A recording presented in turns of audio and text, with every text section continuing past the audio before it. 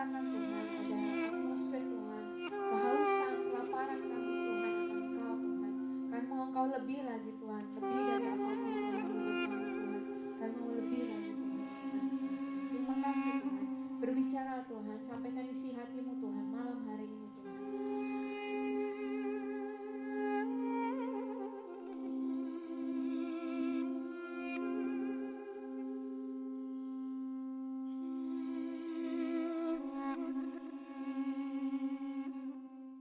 Untuk memeluk Islam gitu. Bagaimana sih jalan datangnya hidayah tersebut gitu, Dok? Mungkin bisa di-sharing kepada kita semua, Dok. Iya, kalau ini langsung kayak mau nangis ya. Karena memang benar sih kalau itu ya, kalau apa yang terjadi dalam hidup kita tuh memang sudah tertulis dalam Lauhul Mahfuz ya. Itu saya baru tahu juga setelah kembali ke fitrah Islam ini gitu. Saya nggak pernah berpikir untuk suatu saat saya akan berubah jadi Islam. Dengan latar belakang keluarga saya seperti itu, kemudian suami juga pendidikan juga dari kecil sekolah Katolik ya mayoritas gitu, kemudian dari suku juga kan nggak mayoritas adalah non Muslim gitu kan, jadi nggak pernah ada dalam pikiran saya akan sampai saat ini gitu ya. Jadi suatu hari di awal bulan Maret itu, awal-awal pandemi. Iya tahun lalu. Iya, itu kan kita lagi mulai digalakkan untuk pakai masker, sering cuci tangan, terus nggak boleh jabat tangan gitu ya. Entah kenapa saya berpikirnya saat itu kayak melihat wanita muslimah yang jaga wudhu, yang nggak boleh salaman gitu kan. Dulu ada beberapa teman kantor saya juga yang nggak mau salaman gitu kan sama lawan jenis. Itu betul. Saya dulu juga kayak rasanya gitu banget gitu kan dulu mikirnya gitu ya. Terus atau ngelihat wanita yang pakai cadar gitu kan kayaknya, terus kalaupun mereka foto atau apa itu emang kelihatan ya, atau suaminya emang nggak ketuker ya atau apa. Sampai sempat ya mohon maaf sempat bercandanya ya seperti itulah ya gitu. Tapi nggak tahu kenapa di awal pandemi itu saya malah kayak dilihatnya adalah kok kayak orang muslimah itu ya gitu ya. Kayak sekarang kita kayak dipaksa semua pakai niqab ya, kayak seolah gitu ya. Sampai berpikir bahwa ini ajaran agamanya kok baik sekali ya. Saya mikir, apalagi saya dengan latar belakang medis kan, saya mikirnya saya lihatnya bukan, saya jadi awalnya itu nggak belajar doktrin ajaran Islamnya gitu. Untuk belajar juga kan takut ya, jadi saya iseng browsing manfaat wudhu gitu, saya manfaat gerakan sholat gitu, kenapa orang pakai niqab kayak gitu-gitu. Saya lihatnya yang sederhana gitu sih gitu. Saya lihat kok secara medis ilmiah bisa dibuktikan, tapi juga ajaran agamanya masuk gitu. Berawal dari situ sih, gerakan sholat kenapa gini, terus kenapa kakinya jarinya harus begitu ditekan, secara medis itu semua bisa dijelaskan gitu kan, secara ilmiah ya. Betul. Nah itu saya agak mulai kok gitu. Terus habis itu sempat ada lagi pertentangan di batin gitu. Tapi doanya diulang-ulang. Saya mikir gitu kan. Doanya kan diulang-ulang. Hafalan. Kan. Kalau soalnya saya taunya kayaknya ini doanya kan diulang-ulang bacaannya. Itu sepengetahuan saya aja gitu kan. Terus tapi kayak ada lagi di batin yang menjawab, atau mungkin itu Allah gimana ya. Saya itu kayak dialog gitu. Saya ambil kayak ngelihat ke langit gitu kadang. Tapi doanya kan diulang-ulang. Kadang saya gitu. Terus kayak Allah jawab, bukankah emang bumi ini berputar dengan memang semua ada hitung-hitungannya. Saya tuh pernah tahu ada zikir 100 kali, ada berapa waktu saat itu ya, waktu saya non muslim, kok doa aja dihitungin 100 kali atau berapa gitu kali. Maksud saya apa bedanya dengan kalau cuma 3 kali atau apa gitu kan. Saya sempat gitu. Terus tapi kayak di hati tuh ada yang bilang bahwa di bumi ini juga geraknya itu juga ada hitungannya semua. Coba 1 detik aja atau 1 hitungan salah aja ya berantakan gitu kan. Kayak kejawab gitu. Setiap ada saya ragu apa, kejawab. Enggak lah, itu apa di lantai gitu kan. Sholatnya sembayangnya tuh ke lantai gitu, kayaknya kotor atau gimana gitu ya mikirnya gitu ya. Terus tapi saya mikir lagi, tapi itu kayaknya itu ya di hadapan Allah semua sama ya. Tapi waktu saat itu ngomong di hadapan Allah di hadapan Tuhan kan emang semua manusia sama ya gitu kan, derajatnya sama ya. Itu mau kaya mau miskin semua di lantai kan. Nggak bisa milih kayak mohon maaf yang sebelumnya kan saya bisa duduk di kursi yang kalau PD bisa duduk di depan mungkin, yang ini duduk di belakang, yang di depan mungkin kursinya lebih bagus atau apa gitu. Ini nggak bisa, mau duduk di depan mau di belakang ya tergantung kamu datang ya kan. Kita betul. Bisa saf paling depan yang laki-laki ya gitu kan. gitu sih. Saya awalnya kayak gitu, terus udah mulai tuh kegalauan muncul gitu. Saya kalau diibaratkan kayak ada di persimpangan jalan gitu Mas, antara saya masih lakukan yang lama tapi kok kosong, ragu-ragu, ya, ada keraguan gitu. Ya betul, saya nganterin anak ke sekolah minggu ya, terus habis itu saya ibadah sendirian gitu kan, di ibadah yang dewasa, tapi pulang tuh kayak ada yang apa gitu, kayak nggak seperti biasanya gitu. Tapi untuk melakukan yang cara Islam juga belum bisa, belum belajar gitu kan. Udah sampai akhirnya beberapa saat itu malah nggak ibadah sama sekali. Ya, terus abis itu akhirnya saya. Itu berapa lama nggak ibadah sama? Enggak sih, dalam hitungan mungkin 2 mingguan itu ya. Karena kan awal Maret, saya akhirnya 2 mingguan kemudian tuh saya nggak pede ya rasanya. Kalau orang biasa beribadah terus nggak ibadah, kan rasanya kayak nggak yakin, nggak pede, takut gitu ya, kayak cemas gitu. Akhirnya nggak bisa nih, saya harus ngalah nih, harus salah satu nih gitu kan, saya pikir gitu. Udah, terus saya cerita sama salah seorang teman gitu ya, karena saya nggak tahu harus gimana gitu. Nah, apa namanya? Tapi temannya satu agama juga ya? Islam. Oh, Justru Islam. Iya. Karena Sahabat saya langsung ke yang Islam, tapi memang laki-laki. Saya bilang, karena saya pikir kalau perempuan, saya kan perempuan ya. Kalau perempuan kayak agak bocor halus kan. Saya takut kalau sampai bocor ya, Pak. Ya. Ini saya perempuan juga. Mohon maaf. Nah, terus akhirnya saya cerita. Gitu, terus tapi menurut beliau senang ya, maksudnya ada ketertarikan terhadap Islam. Saya tadi cuma cerita sebatas yang tadi saya cerita juga. Terus tapi beliau bilang kalau kan nggak boleh ya, bukan muhrimnya, diarahkan untuk saya datang ke Mualaf Center. Mualaf Center Umiren ya? Belum. Belum ya. Kebetulan ketemu dengan Bunda Sri di Mualaf Center di Jakarta Barat, Duri Kepa.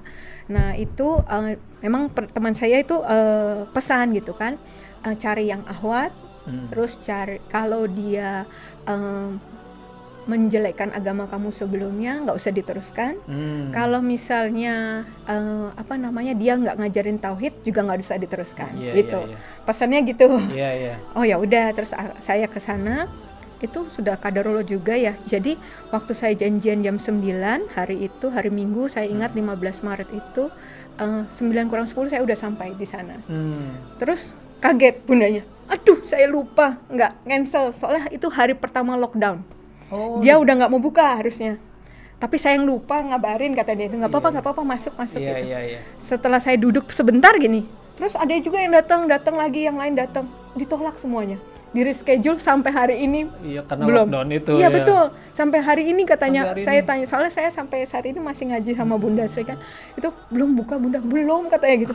Itu udah kadar ya, maksudnya kalau enggak ya udah saya sampai hari ini mungkin belum syahadat juga. Mungkin ragu lagi. Bisa aja. Betul. Udah di sana, udah dimulailah. Kenapa? Saya ceritain seperti tadi juga. Oke, terus benar yang kayak teman saya bilang, beliau nggak nanya latar belakang saya, semua nggak ada nanya apapun, langsung jelasin tauhid, rukun iman, rukun Islam, itu sambil diceritakan itu tuh air mata nggak terasa ngalir terus ya. Dari jam 9 sampai menjelang zuhur, Bunda nanya, gimana? Dokter Karissa sekarang mau gimana? Katanya dia gitu. Ya Bunda, saya belajar dulu, saya bilang gitu. Kalau yakin nanti saya masuk Islam, saya bilang gitu. Terus Bunda bilang, ya boleh gitu kan, tapi nggak dihitung pahala ya, katanya gitu, karena kan belum, katanya gitu. Mau Dokter Karissa baca Quran, mau Dokter Karissa sholat, itu belum dihitung pahala. Oh gitu, saya gitu. Emang kalau syahadat isinya apa Bunda? Percaya bahwa Allah itu Esa, percaya, saya bilang. Percaya Muhammad utusan Allah, percaya, saya bilang gitu. Ya udah itu isinya syahadat. Ya udah saya syahadat, saya bilang gitu. Gak ada mikir gimana tuh, gak ada saat itu. Dan memang Bunda juga kan gak jelasin apapun di luar tauhid itu kan. Udah itu Bunda ngambilkan gamis, kerudung, saya azan zuhur saya dibimbing ucap syahadat. Bunda bilang sih pas terakhir itu, ini informal ya, kalau misalnya Dokter Karissa nanti lebih yakin mau diulang di masjid dengan saksi lebih banyak, silakan, katanya gitu. Tapi nggak tahu kenapa di hati saya ngerasanya ini nggak informal, karena sudah di hadapan Allah, gitu kan. Saya nggak ada mundur lagi karena ini udah di hadapan Allah kan, nggak mungkin main-main gitu kan, gitu. Jadi dengan bekal itu aja Setelah saya itu, masuk Islam. Setelah syahadat ada perubahan Syahadat dalam diri nggak gitu? Maksudnya Iya. ngerasa lebih gimana gitu atau belum sih, belum. belum ya? Jadi itu kan masih biasa benar-benar aja gitu ya? saya cuma bekal tauhid doang itu berarti Iya, kan, iya. Mas. Nah, terus habis itu saya itu zuhur, saya itu nyari mukena karena saya pikir asar saya udah harus sholat.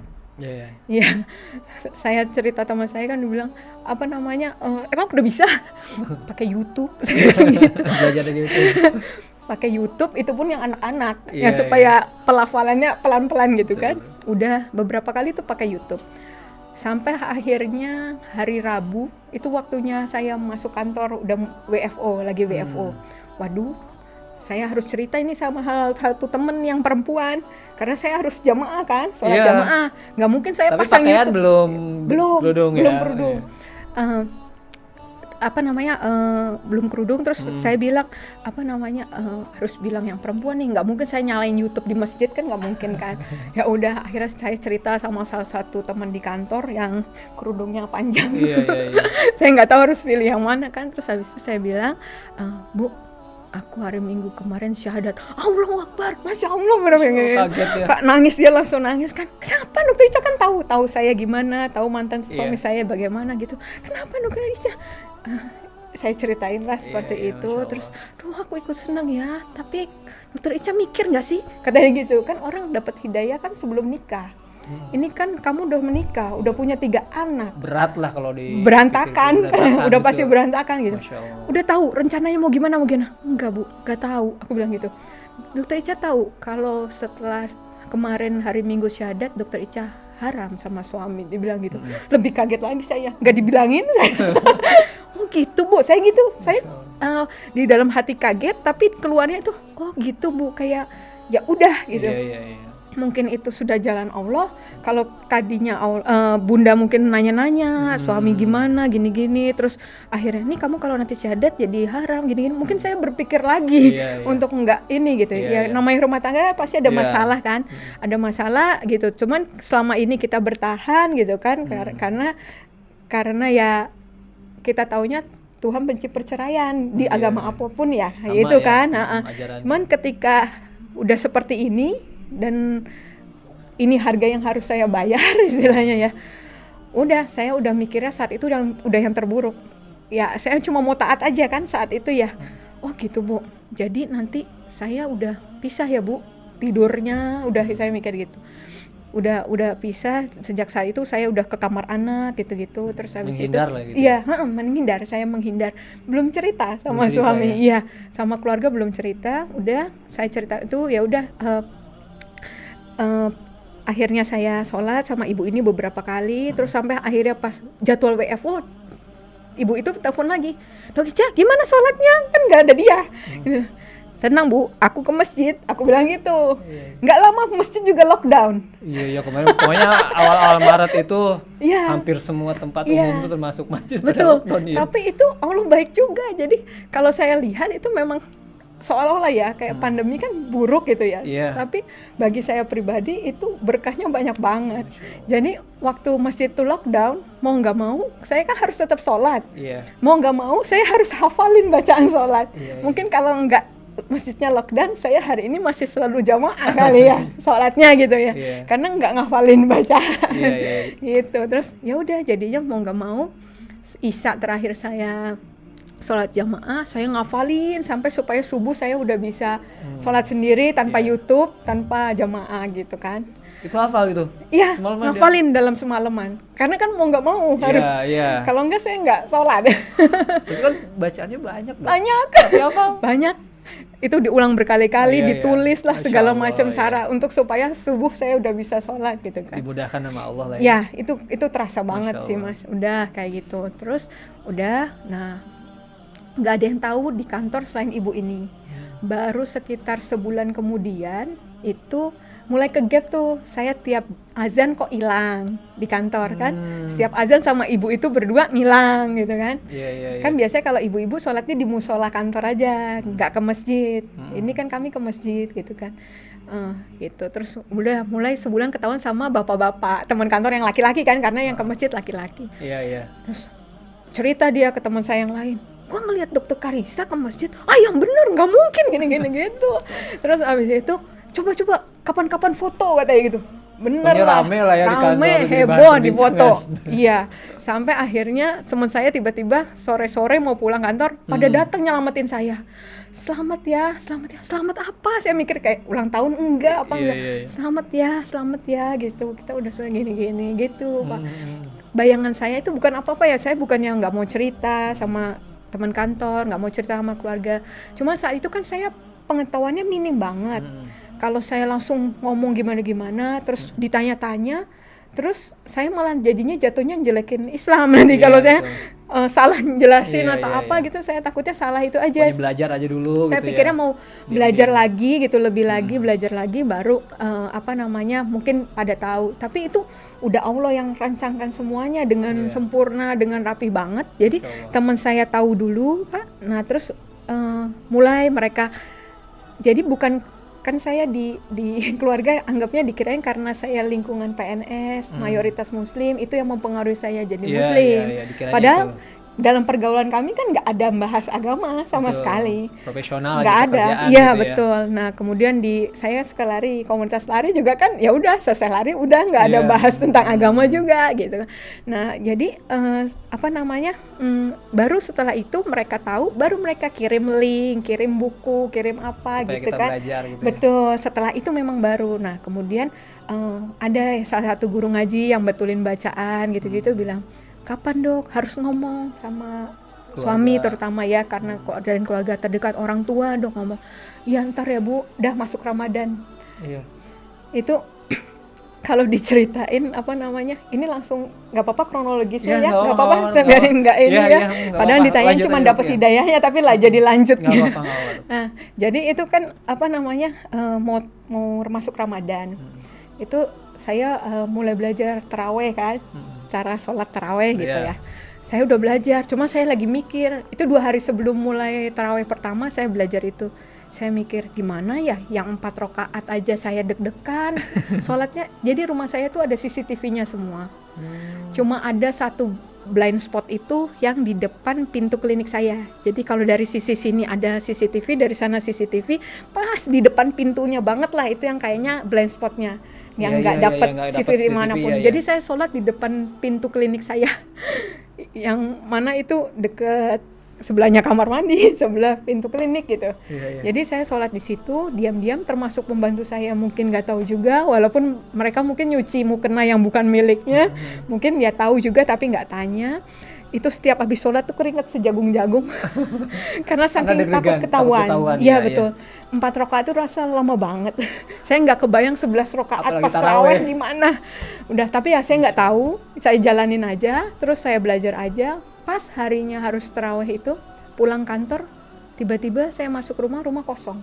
Jadi anak-anak, suami, pembantu itu ternyata lagi diajak pergi ke rumah mertua.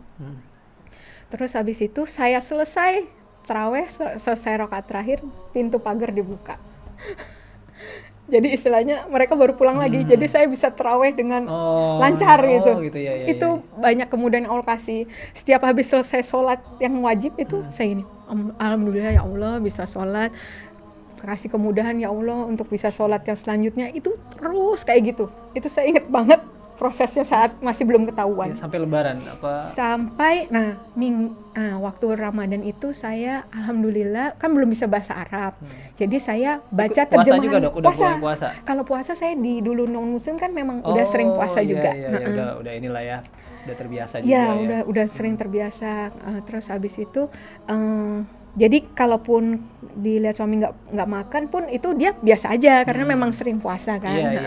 Kalau soal puasanya nggak ini, cuma untuk sholatnya itu kan yang agak bahaya. Nah udah, terus habis itu saya bisa minggu ketiga Ramadan kalau nggak salah itu selesai terjemahan Al-Quran.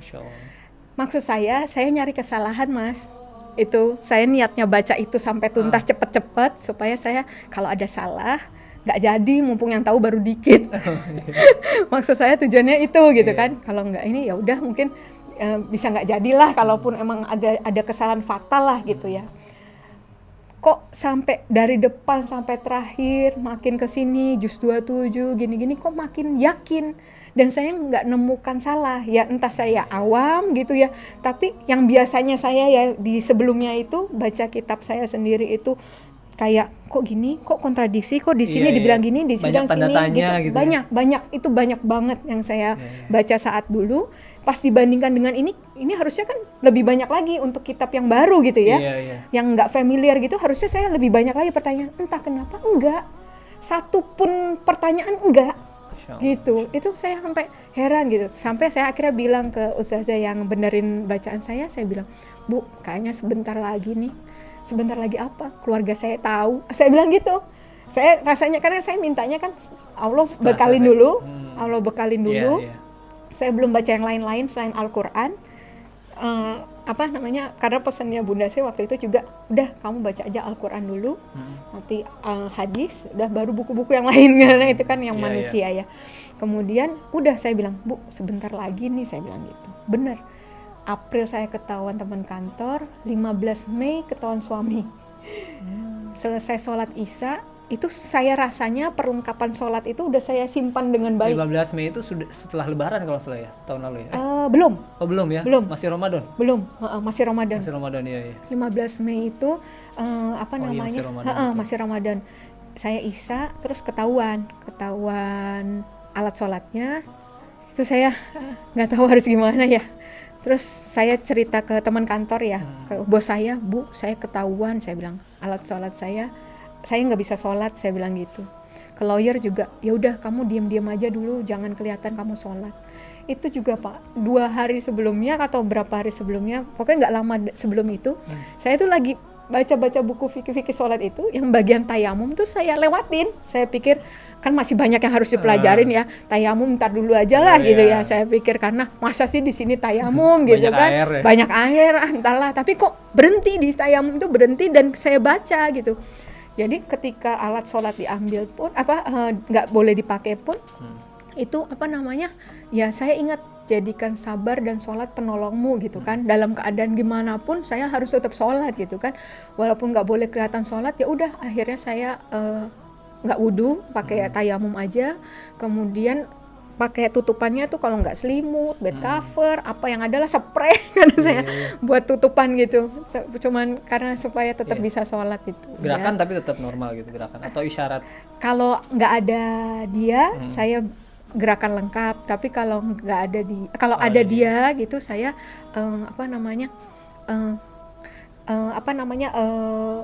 pakai isyarat kayak yang tayamum itu, kayak apa? Sholat yang itu ya, sholat yang nggak pakai itu. Kayak di perjalanan. Ya, gitu kayak sholat di perjalanan gitu, yang nggak gitu, nggak kelihatan banget kalau itu gitu. Udah, terus abis itu 31 Mei ketahuan. Nah ini nanti puncaknya itu. Masya Allah. Dok. Sebentar, nanti Dok. 31 Mei ditahan ya. Sebentar Dok, ini mungkin para pemirsa atau pendengar baru menyalakan radionya. Mungkin nih siapa nih yang lagi bincang-bincang di Rasil. Iwan Awad, kita kedatangan tamu Dr. Gigi Karissa. Beliau salah satu mu'alaf ya, yang kembali memeluk Islam. Revert kalau bahasa Inggrisnya itu ya, revert bukan convert sebetulnya ya. Karena kembali, karena memang fitrahnya kan sebetulnya dari Muslim semuanya. Dan sekarang kembali memeluk Islam setahun yang lalu, 15 Maret 2020 Dok ya. Masya Allah, tadi di awal Dr. Karissa menjelaskan ternyata pandemi ini memberikan Masya Allah ya hikmah buat Dr. Karissa. Malah dengan pandemi ini gitu ya, Allah tuh memberikan jalan hidayah buat Dr. Karissa. Bagaimana tadi Dr. Karissa menceritakan, lihat muslimah memakai niqab atau cadar, mereka tidak bersentuhan dengan yang bukan mahram. Ternyata secara beliau seorang dokter, secara ilmiah, secara sisi kesehatan, Masya Allah luar biasa. Dari situ salah satunya tadi diceritakan menjadikan datangnya hidayah ya, Dr. Karissa. Nah barusan Dr. Karissa ingin menceritakan puncak dari ujian terbesar mungkin ya Dok ya, ketika kembali memeluk Islam ini gitu. Bagaimana tuh Dok? Oke. Jadi waktu yang 15 Mei sudah ketahuan, akhirnya saya menjalani hidup seperti biasanya lagi tanpa sepengetahuan mantan suami, karena dia juga udah pesan, sudah kamu ajarin lagi ayat hafalan Alkitab, kan anak-anak saya ajarin ayat hafalan juga, tapi yang Alkitab gitu kan. Cuman saya nggak lakukan juga karena saya udah nggak bisa lagi kan ya gitu kan. Sudah, terus sampai akhirnya 31 Mei itu saya ingat saya mau tahajud, jadi sekitar jam 3:30-4 pagi ya. Itu saya pikir suami saya sudah tidur, jadi saya ngambil wudhu, terus ngelar sajadah, terus lagi mau takbir. Tiba-tiba saya di kamar anak, karena kan saya bilang tidurnya sudah pisah. Di kamar anak itu jeglek, pintu dibuka. Tapi kan dokter udah mau sholat gitu ya. Udah begini, udah nggak bisa apa-apa. Cuman udah denger gitu ya. Udah langsung, tadi nggak dengar langkah kaki tuh. Biasanya saya, ini Mas, jadi sebelumnya kalau setiap saya sholat dengar langkah kaki, mau saya udah di ujung sholat pun saya ulang dari depan. Langsung nggak jadi gitu lagi gitu. Nah ini saya bener-bener nggak dengar langkah kaki pun. Jadi langsung jeglek gitu. Udah, dia langsung gini, terus ngelihat sajadah, ngelihat saya pakai mukena, saya udah pasrah dengan mukena itu. Terus dia langsung keluar lagi, terus saya buka, ini saya nggak saya lanjutin sholatnya, terus saya keluar, buka mukena, ya terus saya keluar gitu kan. Kamu kan udah saya bilangin, dia bilang gitu. Kamu nyari apa sih, kata dia gitu kan. Terus saya bilang waktu saat itu ini. Oh iya, sebelumnya itu memang saya sempat ada sounding ke adik saya. Kayaknya mungkin suami saya juga dapat bocoran dari adik saya ya, mungkin ya. Karena saya sempat diskusi, saya bilang ke adik, beragama Katolik juga kan? Kristen ya. Itu saya bilang ke adik saya, kan ada yang sekolah kedokteran juga. Saya bilang, Dik, kamu kalau cari referensi buku yang terbaru kan gitu kan, yang ini. Iya, kata dia gitu kan, the latest one kan, saya bilang gitu kan. Iya, nah aku tuh lagi mikir, aku bilang gitu, kalau misalnya Yesus itu kemarin yang kita anggap itu Tuhan gitu ya, kalau dia itu harusnya kalau Tuhan itu berarti waktu dia datang itu harus paripurna dong, udah sempurna lah gitu, nggak perlu ada nabi lain yang harus diutus gitu kan, karena Tuhan sendiri turun jadi sebagai nabi gitu kan gitu, buat apa harus ada nabi selanjutnya gitu kan, dia udah harusnya paripurna gitu. Kenapa ada Nabi Muhammad ya, Dek? Aku bilang gitu. Kan Muhammad juga nggak hoax ya, maksudnya ada gitu, pernah hidup gitu, banyak orang saksi yang melihat bahwa dia pernah hidup gitu, jadi memang ada gitu. Jadi Isa ada, Yesus ada, Muhammad ada gitu. Tapi yang saya bingung, kenapa masih ada Muhammad kalau kemarin Yesus itu Tuhan gitu. Saya mikir gitu, wah nggak bisa Kak, gini ya udah. Saya dikasih buku The Islamic Invasion, baca nih bukunya Islamic Invasion, wah kamu nih udah ini lah gini gitu. Terus awas ya Kak, pokoknya kalau aku nggak rela kalau anak-anak saya ikut kamu gini gitu kan. Aku ambil anak kamu kalau kamu itu gitu. Udah, terus udah feeling lah ya, udah gini curiga banget lah, udah curiga banget ya. DP saya tuh, DPWA tuh saya gambar gini, kamu nadangin hujan apalagi ini wudu katanya gitu. DP-nya kan tangannya seperti gini, berdoa gitu ya, tangan berdoa ada air-airnya gitu kan, nadangin hujan apa ini, udah curiga. Terus saya masang di Instagram itu foto saya pernah ke Dubai Pak. Foto ke Dubai kan nggak boleh, harus masjid masjid yang Grand Mosque itu kan harus pakai, itu kan dapat pakai kerudung, pakai gamis ya. Itu saya masang foto itu, saya tulis 7 Mei kalau nggak salah itu 7 Mei itu hari ini 4 tahun lalu gitu, saya ada tulis kayak gitu. Nah itu pada udah mulai curiga gitu. Nah terus habis itu udah balik ke suami bilang, apa yang the latest one itu, suami gitu. Oh berarti dapat dari adik saya ya kan, the latest one itu kayak gitu. Dia gini terus habis itu saya baru mau jawab udah digaplok ke deket kuping sini. Digampar kan gitu, ya dia kan lawyer juga, jadinya dia tahu titik-titik yang nggak bisa kena visum. Kata dia bilang nggak berbekas, katanya kuping, kulit kepala kan rambut ya. Jadi saya dipukul arah kuping, saya jatuh langsung karena kan keseimbangan ya, pusat keseimbangan, saya jatuh. Saya bilang sakit Dedi gitu. Terus saya keras memang supaya maksud saya ada tetangga atau pembantu saya yang dengar gitu kan. Udah karena saya teriak-teriak, ditarik, dijambak itu, ditarik masuk ke dalam kamar anak lagi. di dalam kamar anak dijeduk-jedukin ke tembok. Anak-anak ada di sana? Anak-anak tidur di kamar saya. Iya. Nah, saya baru tahu setelahnya itu membantu saya bilang salah satu anak ada yang bangun dan dengar, tapi nggak berani bangun. Dia cuman bangun nangis sambil gini dia di balik selimut gitu, dia bilang kayak gitu. Dia cerita ke Mbak gitu. Terus habis itu saya di dalam dijedukin lagi ke tembok, terus dibalikin badan saya, dipukulin lagi. Terus dibilang kan kemarin cuma ngancam bunuhnya saya. Dibilang juga ini kalau kamu tetap begitu, anak kamu ya yang Gadiel, yang anak saya yang laki yang ketiga, itu saya bunuh juga, kata dia gitu. Ya ampun, saya pikir kalau saya yang mati aja saya nggak apa-apa, yang penting saya sudah mati dalam keadaan muslim, saya mikir gitu. Tapi kalau anak saya gitu, saya usia kan berapa takut tuh, ya. anaknya? 3 tahun. 3 tahun, Masya Allah. Iya, jadi waktu saat itu berarti 3 tahun. Nah, berarti itu saya nggak takut lah gitu ya, gitu kan, takut banget, udah pasrah saya, kalau matilah ini aku gitu kan. Udah, terus habis itu udah sekarang juga kamu ikut aku ke rumah mamanya dia. Mama dia dua hamba mertua, Tuhan, ya mertua, hamba Tuhan. Terus habis itu ke rumah orang tua kamu, dibilang gitu.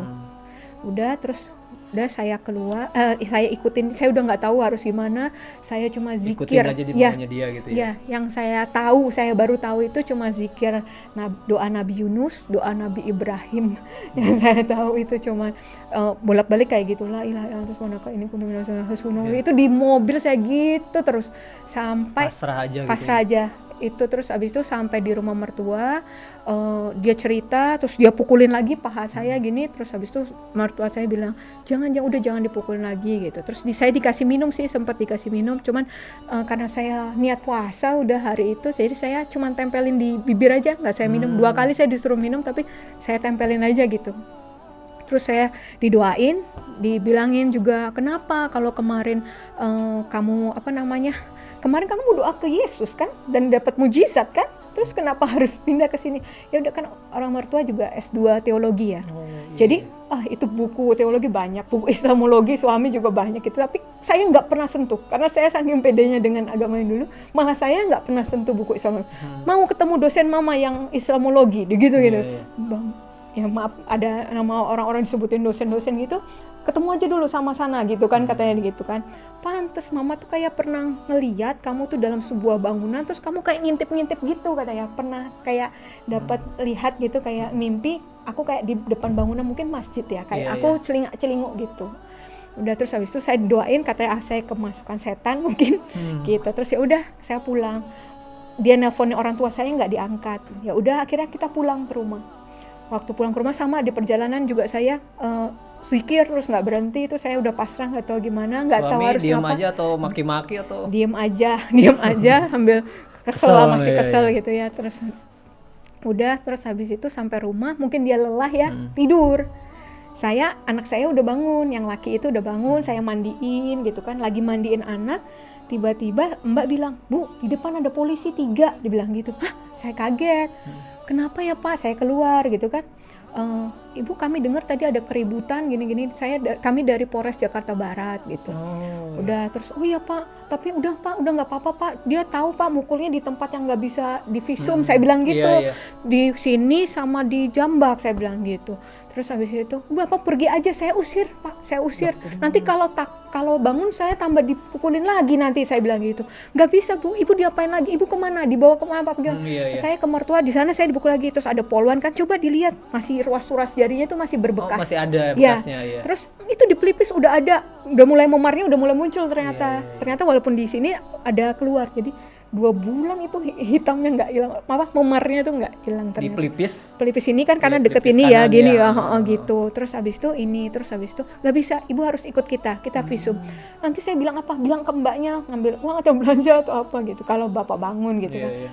Udah, terus habis itu polisi tahu, mungkin ada yang lapor mungkin tetangga. Iya, mungkin kan itu kan subuh ya, jadi maksudnya mungkin tenang tapi ada keributan. Ya udah, terus habis itu saya di sana, Pak pulang Pak gitu. Visum juga minta buru-buru gitu kan. Terus sekalian Bu, BAP-nya besok aja, saya mau pulang. Saya masih takut gitu kan. Ingat anak-anak lagi. Iya, takut itu. Pokoknya saya takut gitu. Terus habis itu nggak bisa Bu, harus hari ini. Udah, terus udah selesaiin semuanya. Terus sekarang mau kemana?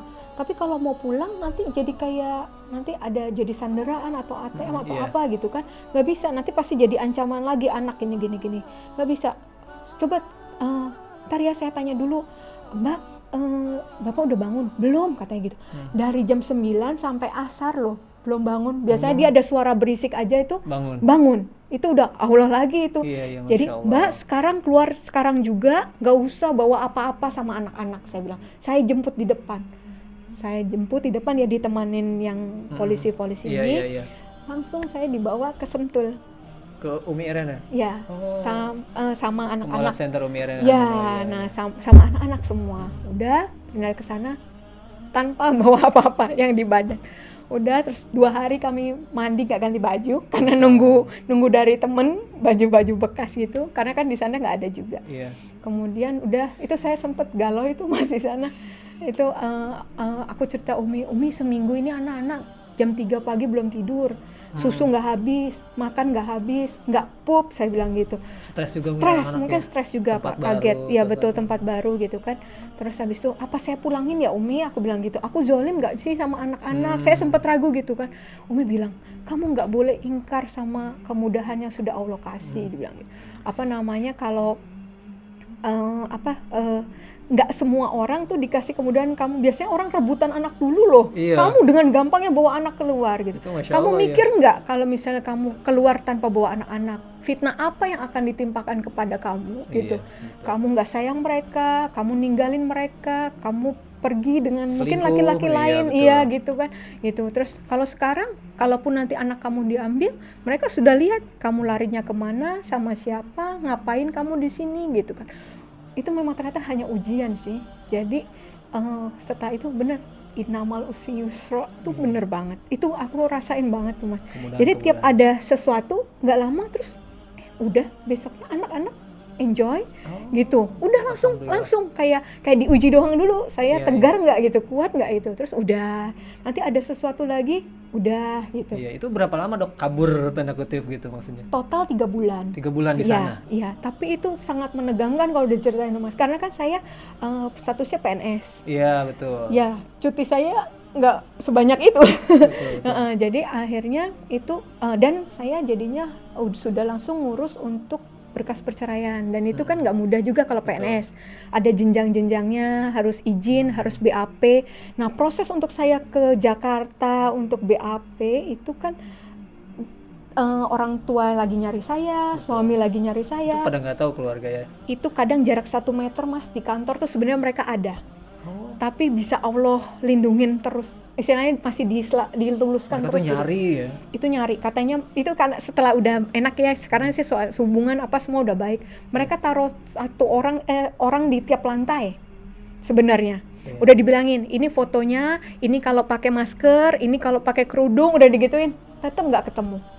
Itu saya di jalan, Allahumma yasir wala tu'asir gitu-gitu terus dibantu teman-teman banyak banget. Saya orang malu ya, sungkanan gitu sama orang. Jadi sebenarnya saya nggak minta tolong sama orang gitu. Saya doanya sama Allah ya. Iya. Tapi Allah kayak gerakin semesta orang-orang itu untuk tolong saya gitu waktu saat itu Mas. Jadi udah sampai pulang lagi, sampai Umi bilang, ada harinya yang paling, Umi ini pasti udah Umi, aku kayak nyerahin diri aja Umi. Ini pasti aku ketangkep, pasti ketahuan. Udah, jadi aku nggak usah pergi atau gimana gitu, kayak mau lari gitu, kayak nggak mau hadapin gitu. Tapi pas sholat malam dapat ayat dari Fusilat 30:31 itu saya ingat banget. Soalnya langsung saya sharing ke Umi, aku berani sekarang. Yang artinya apa? Jadi itu isinya nanti boleh dilihat ya.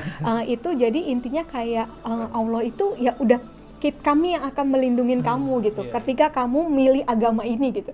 Ketika kamu milih Allah, ya mereka malaikat Allah itu yang akan jadi pelindung saya. Udah saya pede saat itu, dan bener pas sampai balik lagi ke pondok, Umi, udah Umi, selamat Umi, nggak ada Umi gitu.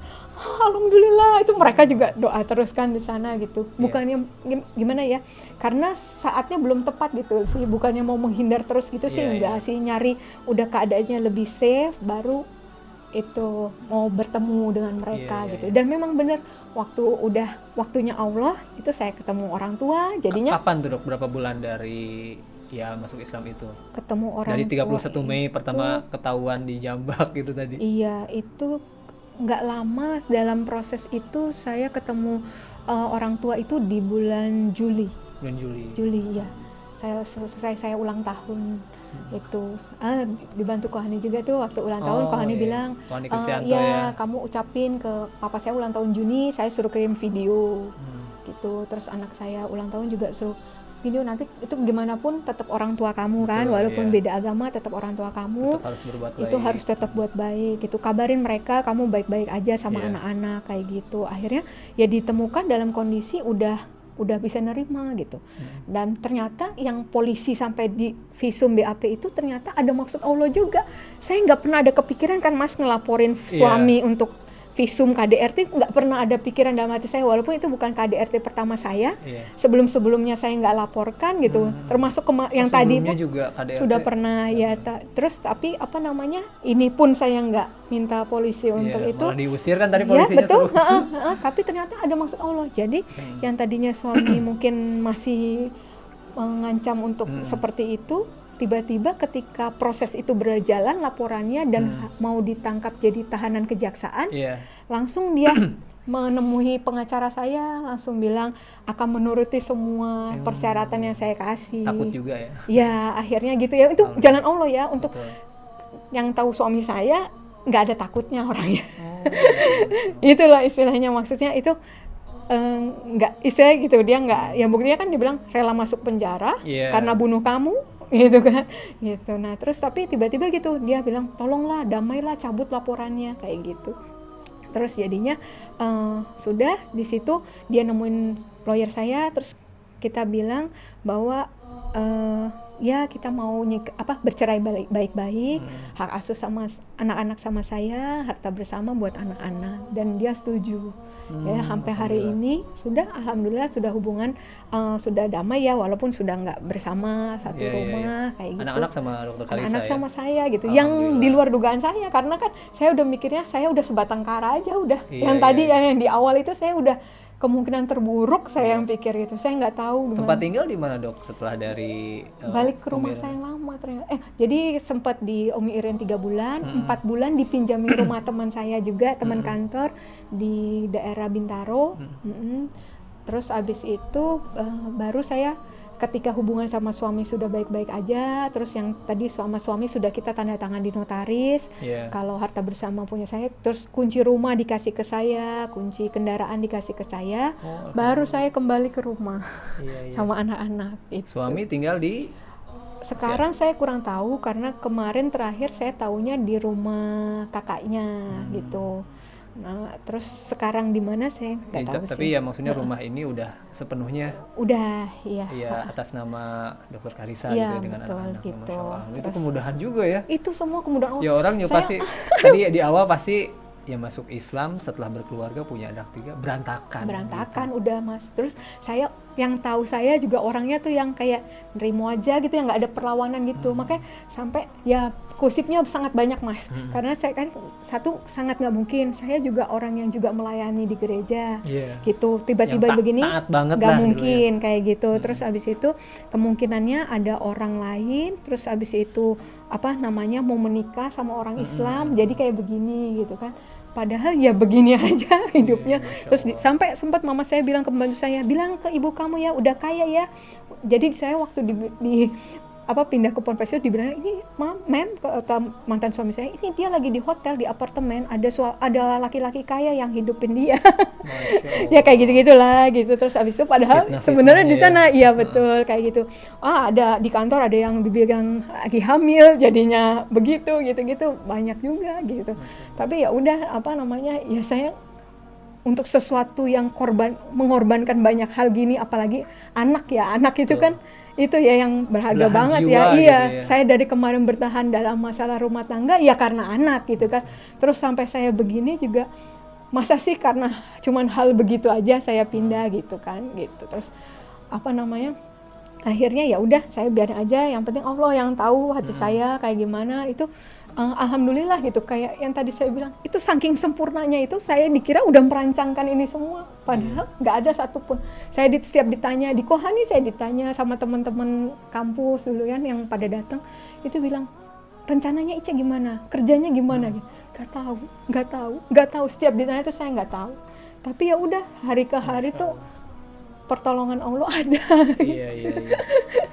Dan makin yakin sih, yang utama itu Mas. Jadi ada kadang ragu sih, kadang ragunya gini, saya justru ketika saya ngurus perceraian itu saya ragu.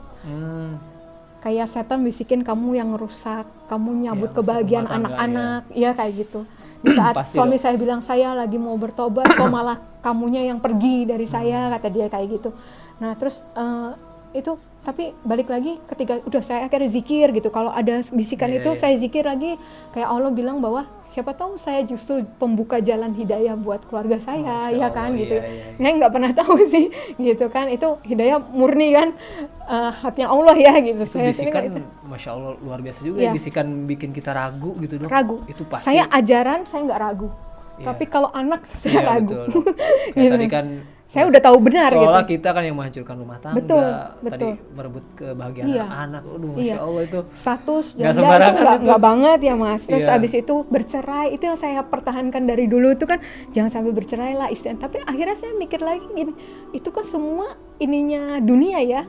Apa yang diberikan oleh dunia, label yang diberikan dunia. Apa gunanya saya tetap punya keluarga yang utuh, tapi akhirnya saya nggak selamat gitu kan. Nanti kan terakhirnya ya udah masing-masing sendiri kan pertanggungjawabannya gitu kan. Di akhirat pertanggungjawaban sendiri-sendiri. Jadi ya udah saya ambil resiko itu. Saya percaya, masa iya sih kalau saya sama Allah anak-anak saya jadi berantakan, jadi ini gitu ya. Ya udah. Itu anak-anak paling besar usia berapa, Dok? 9, 7. Kemudian ini mau 4 tahun. Tanggapan mereka dokter memeluk Islam gimana? Ya, terutama yang 9 tahun mungkin kan sudah gede itu lah, saya nggak banyak ngira. pertanyaan, apalagi kan diajarin taat banget. Suruh ngafal ayat. Ngafalin ayat-ayat kitab sana. Iya, itu anak saya yang pertama tuh kritis banget. Jadi saya belum berani cerita banyak. Itu dia cewek cowok. Dia udah browsing ternyata. Jumlah pemeluk agama, dia pakai Inggris gitu, saya nggak bisa. Jumlah pemeluk agama Islam di dunia, terbesar di mana? Jumlah pemeluk agama Kristen terbesar di mana?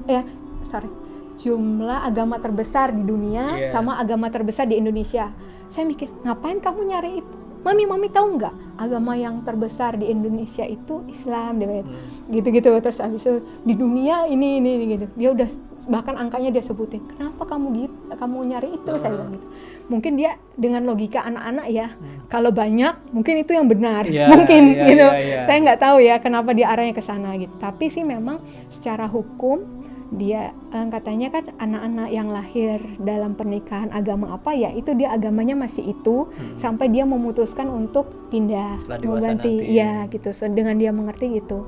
Kalau dari secara hukum gitu, saya juga konsultasi sama kan ada tergabung grup-grup mualaf juga yang ahwat, itu juga ada yang ternyata salah satu kasusnya sama kayak saya yang dapat hidayahnya setelah punya anak. Nah itu saya tanya gimana kita ngajarin, atau takutnya mereka bingung atau apa, malah jadi nggak agama nanti kan malah lebih repot. Terus saya disaranin untuk nggak apa-apa kita tunjukin akhlak yang baik sebagai seorang muslim. Nanti nanti mereka akan menilai, karena kalau secara anak-anak kan akan memilih yang enak. Betul. Yang Islam apalagi ini lebih ribet dari sosok ibunya gitu kan, pasti dilihat. Kalau ngelihat Islam kan kayaknya lebih susah ya. Mau doa harus cuci dulu, doanya banyak tiap hari gitu kan. Wajib puasa, sholat 5 kali ya kan. Mungkin kalau anak-anak akan milih yang lebih enak mungkin gitu kan. Cuman makanya kita approach-nya mungkin dengan jadi contoh aja kayak gitu. Nah sekarang sama keluarga dari mantan suami masih udah baik sekarang ya? Sama semuanya sudah baik sih sebenarnya. Kalau keluarga dokter Kalisa sendiri, ibu, bapak? Ya alhamdulillah juga. Saya kan dengar cerita mualaf ada yang dicoret dari kartu keluarga lah istilahnya gitu kan, yang kayak udah nggak dianggap ya. Alhamdulillah saya pikir masih lama lagi saya bisa diterima begitu, ternyata enggak. Mereka langsung bisa menghargai, mereka lebih memikirkan keselamatan ya. keselamatan nyawa gitu. Jadi mereka nerima banget. Saya dari yang menghargai mereka juga, sholat tetap ngumpet di kamar gitu, sampai akhirnya saya kelihatan sholat pun mereka malah jangan berisik. Anak-anak saya juga, ada anak yang kecil godain, jangan gangguin mami lagi sholat kayak gitu. Yang mereka menghargai gitu. Puasa ini saya disiapin sahurnya, Ini menu untuk puasa berbuka. kedua dong ya? Puasa kedua, Setelah tahun alhamdulillah. lalu, setelah Iya. masuk Islam ya. Iya. Meskipun sebelumnya tadi udah biasa lah Iya, puasa di agama iya, sebelumnya. Ya. iya, beda. Ada bedanya nggak sih dok? Puasa sebelumnya sama puasa ketika sudah memeluk Islam? Saya rasa sebenarnya prinsipnya sama.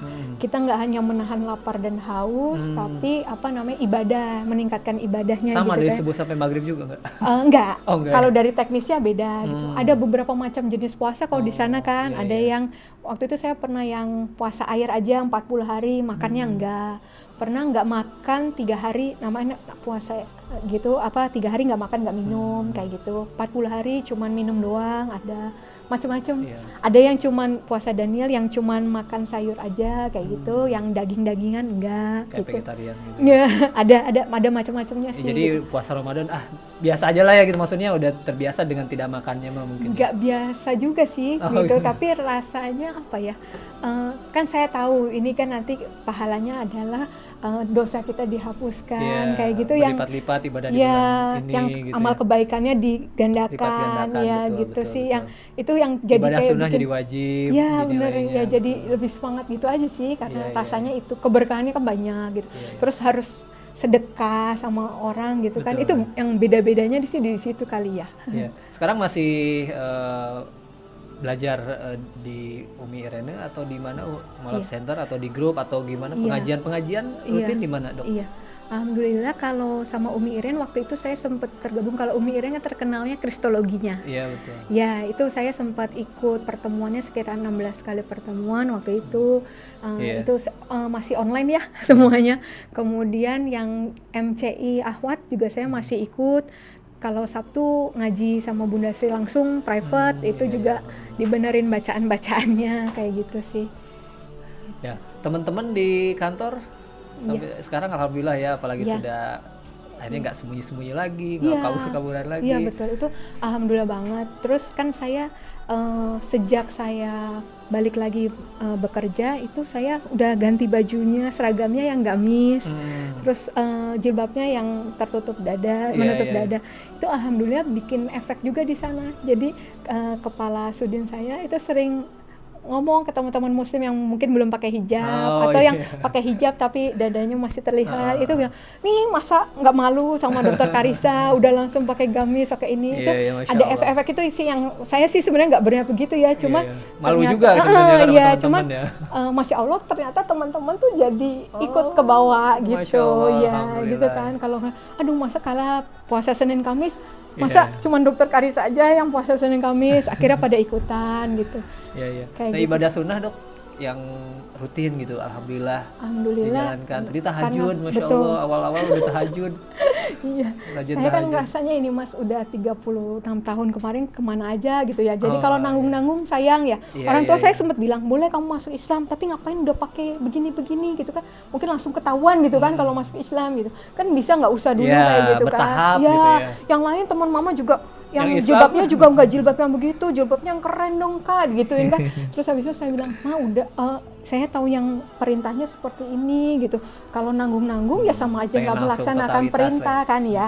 Menurut saya sih begitu gitu. Iya, Kalau iya, iya. kalau nanggung nggak melaksanakan perintah, terus ya udah akhirnya saya jalanin. Kalau ibadah sunnahnya kalau sunnah sholat sunnah sebelum wajib, kalau subuh, sesudah, sebelum zuhur, asar, maghrib, isya itu saya jalanin. Duha Iya. dijaga juga, tahajud, witir, taubat yang saya tahu baru itu. Iya, iya, iya, masya Allah. Hajat kalau ada sesuatu gitu. Masya Allah, luar biasa. Kita juga jadi malu nih yang Islam dari lahir. Umi mungkin. Irin kan waktu itu udah kebiasaan juga kan, Iya, zikir, Masya almat surat Allah, pagi almat sore surat, itu betul. udah pasti gitu. Jadi Iya. udah mungkin kebentuknya di situ sih. Terus dan mungkin dokter sebelumnya juga menjalankan agama sebelumnya taat banget mungkin ya, maksimal Iya, gitu. Iya, Ketika masuk sebisa Islam itu juga ya. Iya sih. semaksimal mungkin gitu dok ya. Iya, iya Merasa saya gitu ngerasa ya? iya. ya seperti itu aja sih saya ngerasanya. Sama adik saya sempat bilang sih, kalau ada yang gampang ngapain lu nyari yang susah gitu ya. Kayaknya untuk manusia yang lalai kayak saya bilang gitu, kayaknya memang saya harus dibuat yang koridor gini. Saya lihat Islam tuh beda banget saya lihatnya kan. Itu nggak sekedar agama, kalau saya lihat Islam itu kayak ada ideologi juga ya. Kalau misalnya Islam tuh dari kita bangun tidur sampai kita tidur lagi, dari kita lahir sampai kita mati, udah diatur semua gitu kan, nggak cuman soal urusan agama maksud saya gitu. Jadi itu saya ngeliatnya Islam tuh beda kayak ideologi malah, karena apa semua tatanan ada gitu. Semua ada aturannya ya, dari Allah. hadisnya ada gitu kan. Mau ngomong pemerintahan ada, mau ngomong tentang kehidupan sosial ada, ekonomi ada, harta haram saya lagi belajar harta haram itu Masya Allah. ada. Ini menarik sekali perbincangan.